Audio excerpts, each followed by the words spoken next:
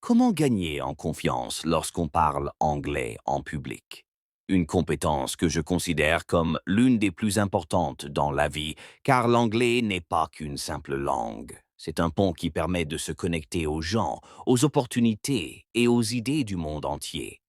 Et pourtant, tant de personnes, même celles qui maîtrisent non bien l'anglais, sont aux prises avec la peur, l'hésitation et le doute lorsqu'il s'agit de parler devant un public. Je le sais par expérience car j'ai moi-même vécu cette situation, debout devant un auditoire, tremblant intérieurement, incertain de ma capacité à prononcer correctement un mot ou à exprimer clairement mes pensées. Et dans ces moments-là, j'ai compris que la confiance n'est pas une question de perfection, mais de courage, d'action et de persévérance. Et c'est la première leçon que je souhaite partager avec vous. La confiance se construit étape par étape, parole après parole, et jour après jour. Et tout commence au moment où vous décidez d'affronter votre peur plutôt que de l'éviter. Je me souviens de ma première intervention, une petite conférence, devant des étudiants de ma ville natale. Mon anglais était très faible, mon vocabulaire limité et ma prononciation loin d'être parfaite.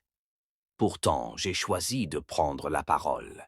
Et même si j'ai fait des erreurs et buté sur les mots, le public a apprécié mon honnêteté, mon énergie et ma détermination plus que ma grammaire, ce qui m'a appris que les gens sont sensibles à l'authenticité, la passion et l'effort bien plus qu'à la perfection.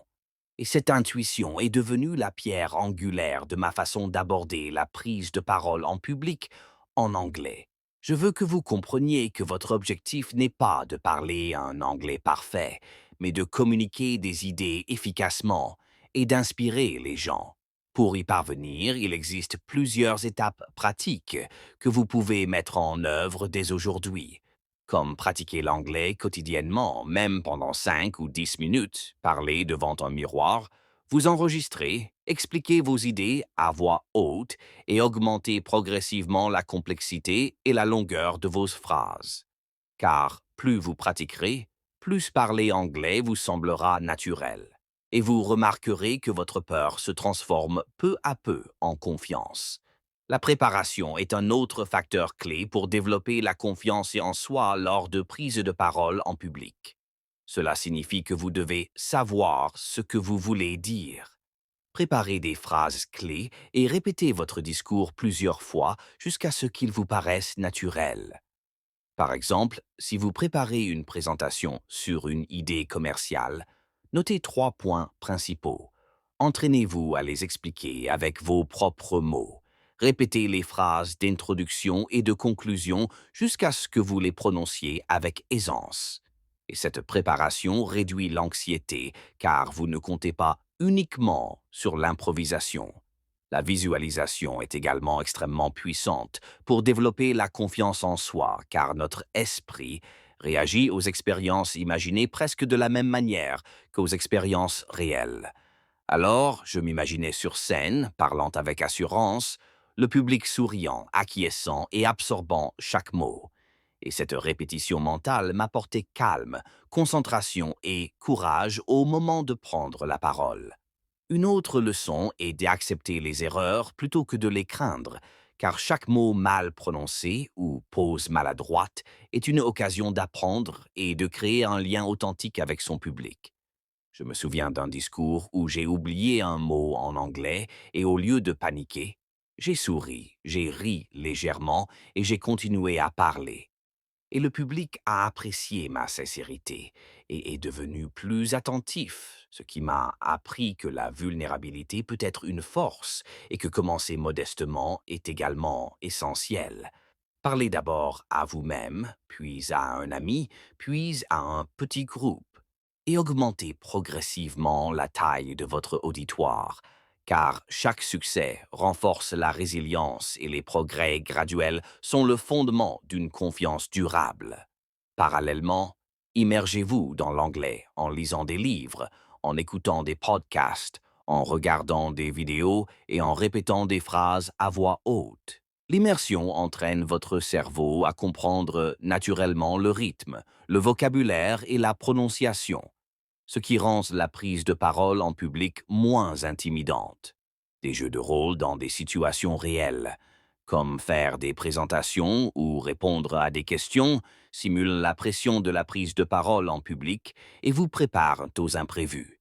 Par exemple, je me suis entraîné à répondre à des questions difficiles avec mes collègues avant une intervention internationale, ce qui m'a aidé à rester calme et posé sous pression.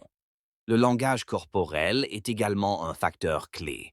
Se tenir droit, regarder son interlocuteur dans les yeux, sourire et utiliser des gestes communique la confiance à votre cerveau et à votre public, même si vous vous sentez nerveux.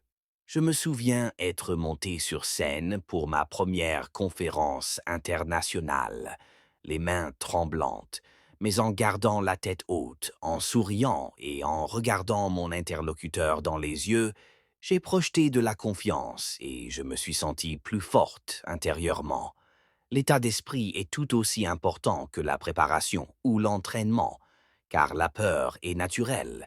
Mais si vous vous concentrez sur le partage de valeurs plutôt que de vous soucier du jugement, la peur se transforme en enthousiasme et en énergie. Personnellement, j'ai entraîné mon esprit en me rappelant que le but de mon discours n'était pas d'impressionner, mais de partager des idées, d'inspirer l'action et de faire la différence. Avec le temps, ce changement d'état d'esprit a transformé l'anxiété en présence, l'hésitation en clarté et la peur en courage. Et célébrer les petites victoires est également essentiel. Chaque fois que vous prononcez une phrase avec succès, vous exprimez clairement une idée ou recevez des retours positifs, votre confiance grandit de façon exponentielle. S'entourer de personnes bienveillantes, de clubs anglophones ou de communautés en ligne vous aide à pratiquer sans crainte d'être jugé, car l'encouragement alimente la persévérance. Et n'oubliez pas, la perfection n'est pas le but. Ce qui compte, c'est la connexion, car même si votre grammaire est imparfaite, votre enthousiasme, votre clarté et votre passion résonneront bien plus que des phrases parfaites. Et en fait, certains de mes discours les plus marquants ont été prononcés à des moments où je me sentais mal préparé ou nerveux, car j'ai agi malgré ma peur. Et cette authenticité a touché mon public. Et une pratique régulière est essentielle. Consacrez du temps chaque jour à parler, écouter, lire et écrire en anglais. Lancez-vous des défis en multipliant les présentations, les récits ou les débats, et progressivement votre aisance, votre vocabulaire et votre confiance en vous s'amélioreront. S'enregistrer permet de suivre ses progrès objectivement, d'affiner son ton et sa prononciation et de constater une amélioration au fil du temps, même si cela peut paraître inconfortable au début. Prendre la parole en public est autant un défi mental qu'un défi linguistique, car l'anxiété est naturelle, mais peut se transformer en enthousiasme si l'on se concentre sur l'impact et la valeur, et si l'on combine toutes les stratégies.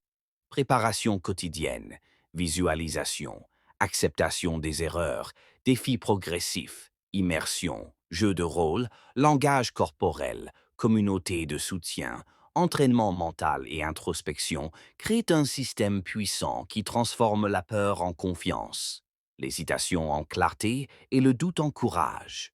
Et bien que le parcours soit graduel, chaque pas en avant renforce la résilience, la maîtrise et la confiance en soi. Et c'est votre courage d'agir malgré la peur qui vous distingue. Car chaque orateur expert a un jour hésité, chaque communicateur éloquent a un jour trébuché, et chaque leader accompli a un jour douté de lui-même. Mais la persévérance, la préparation et la volonté de prendre la parole en public sont ce qui a forgé la confiance. C'est pourquoi je vous encourage à commencer dès aujourd'hui. Parlez, faites des erreurs, apprenez, progressez et recommencez. Grâce à ce processus, votre anglais deviendra fluide, votre assurance à l'oral et votre capacité à inspirer, influencer et créer des liens dépasseront vos espérances. Et au fur et à mesure, vous constaterez que votre peur se transforme en enthousiasme, votre énergie nerveuse en concentration et votre hésitation en clarté, car la confiance est une compétence qui se construit étape par étape, discours après discours, jour après jour. Et si vous vous engagez dans ce parcours, vous améliorerez non seulement votre anglais, mais vous débloquerez aussi des opportunités, des relations et des expériences que vous n'auriez jamais pensé possibles, tout comme je l'ai fait lorsque j'ai débuté mon aventure entrepreneuriale avec un anglais limité, des ressources limitées et une détermination sans faille. Et souvenez-vous, chaque défi que vous rencontrez en public est une occasion de grandir. Chaque erreur, une chance de vous améliorer.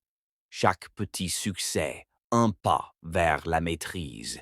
Et plus vous acceptez l'inconfort, plus votre confiance se multiplie, et en prenant régulièrement la parole, en visualisant le succès, en acceptant votre vulnérabilité, en vous préparant stratégiquement, en pratiquant sans relâche, en vous entourant d'encouragement et en cultivant le bon état d'esprit, vous atteindrez un niveau de confiance en soi en public qui vous permettra de communiquer avec force, d'influencer positivement et d'inspirer un large public.